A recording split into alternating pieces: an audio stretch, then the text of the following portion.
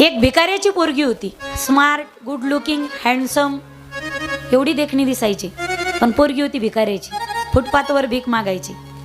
तिथून जाऊ लागली राजाची सवारी. राजकुमार बसलेला रथात आणि जाता जाता फुटपाथवरती भीक मागू लागली. ती राजाचा रथ आला का तिनं जोडी पसरली. राजा म्हणे, काय देखणी पोरगी दिसते भीक मागती.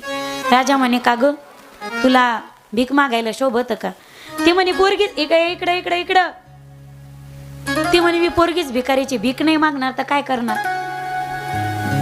राजा म्हणे, तू दिसायला एवढी सुंदर आहे, तू तर राजाच्या महालात पाहिजे, एखाद्या तू राजाची राणी पाहिजे, माझ्यासोबत लग्न करशील का?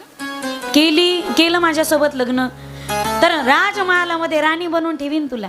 पोरगी होती भिकारीची, पण ॲटिट्यूड पाक येते.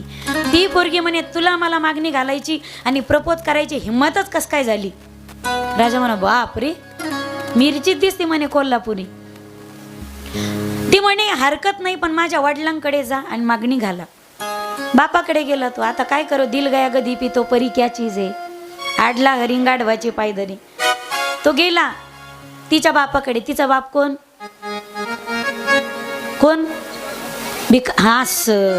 भिकाऱ्याकडे कोण गेला? कशाला गेला?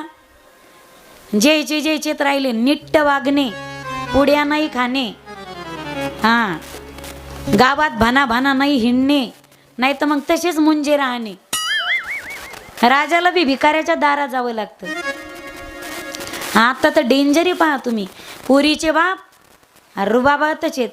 मागून पोराचे बाप पडते, राम राम राम राम, राम राम.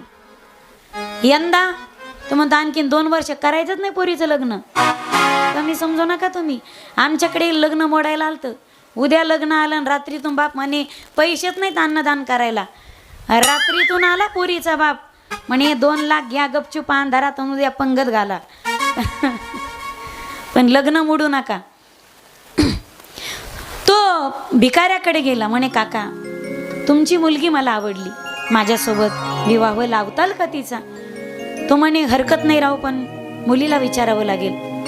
तो म्हणे, तिनं तुमच्याकडे पाठवलं, तिनं होकार दिला असता, तिकडून पळून नेली असती ना, तिकडून रजिस्टर मॅरेज करून आला असतो. तुझ्या जवळ यायची काय गरज होती का?